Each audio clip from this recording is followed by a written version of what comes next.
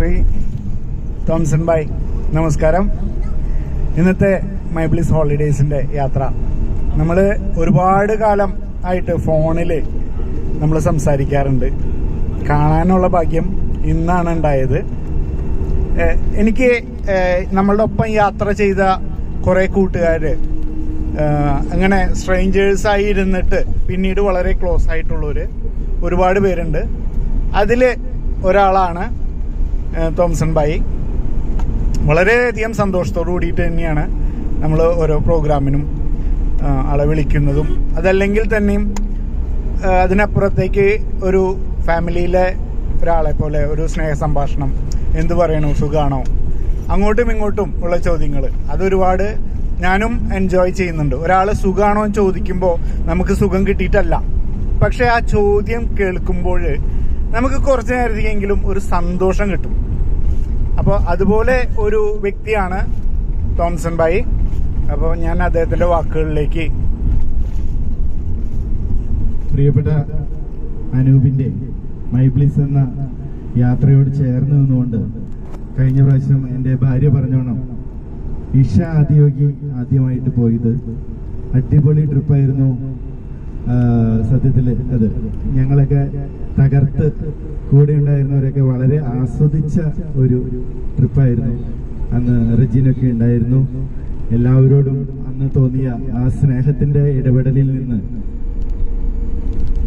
അനൂപിനെ അന്ന് പരിചയപ്പെട്ടിട്ടില്ലായിരുന്നു, പക്ഷെ ലൈവായിട്ട് അന്ന് ഫോണിൽ ഫുൾ ടൈം ഞങ്ങളുടെ കൂടെ ആ തുടക്കം മുതൽ അവസാനം വരെ കോയമ്പത്തൂരിൽ നിന്ന് വീടെത്തുന്നവരെ ചോദ്യങ്ങളുമായി കൂടെ ഉള്ള പോലെ അനുഭവമായിരുന്നു അനൂപിൻ്റെത്. കാരണം അനൂപ് ദുബായിലായിരുന്നു, അവിടെ ഇരുന്നു കൊണ്ടും ഈ കാര്യങ്ങളൊക്കെ നിയന്ത്രിക്കുന്നുണ്ടായിരുന്നു.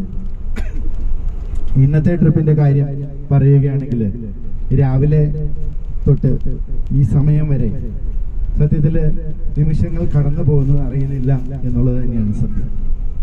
ഒരുപാട് സ്നേഹത്തോടെ കൂടെ നിന്നുകൊണ്ട് രാവിലെ വണ്ടിയിലേക്ക് കയറുമ്പോൾ കൈ തന്നുകൊണ്ട് അനൂപിന്റെ സ്നേഹസമരമായ ആ രാവിലത്തെ ആ സ്വീകരണത്തോടെ വണ്ടിയിൽ കയറിയപ്പോൾ തന്നെ മനസ്സ് നിറയുകയുണ്ടായി.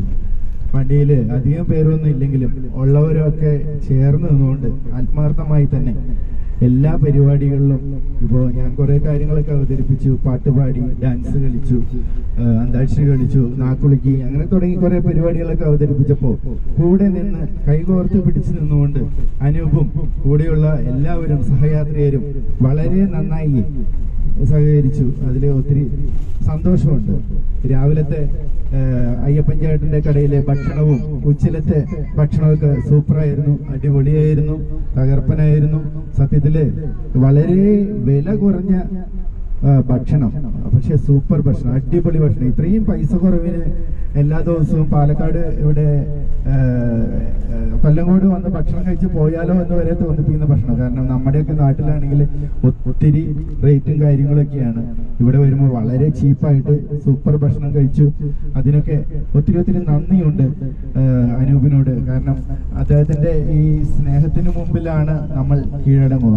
പലപ്പോഴും അനൂപ് ദുബായിലായിരിക്കുമ്പോഴും അങ്ങോട്ടും ഇങ്ങോട്ടും ഞങ്ങൾ സംസാരിക്കാറുണ്ട്.